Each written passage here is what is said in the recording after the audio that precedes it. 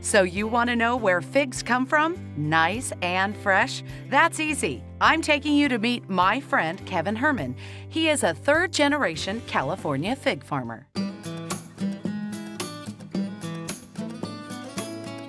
I promised you the farmer, and here he is, Kevin Herman. Now, I know most of you may have a fig tree in your backyard, but this is, I mean, how many figs do you have here? About 6,000 trees.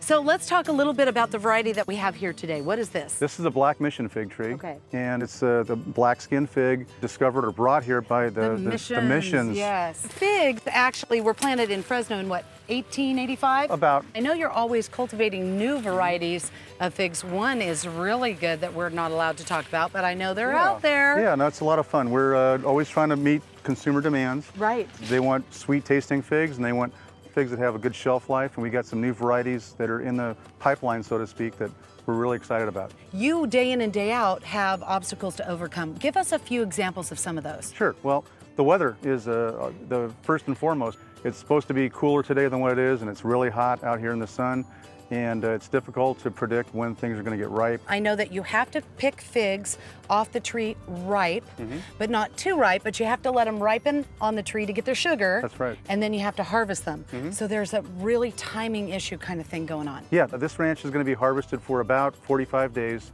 every day. 7 days a week we have people out here because yesterday was not ripe enough. Today is just the right ripeness, and tomorrow is overripe. You are making sure that this land is here today and tomorrow and for, well, how many generations are you, Kevin? I'm the third generation, and hopefully there'll be a fourth. Your son? Yes. Or daughter? Or daughter. Hey, your that's daughter right. can do it, absolutely. What's your favorite thing on the grill? Figs. Gotta have figs. Oh, good answer. And then? Then probably fish.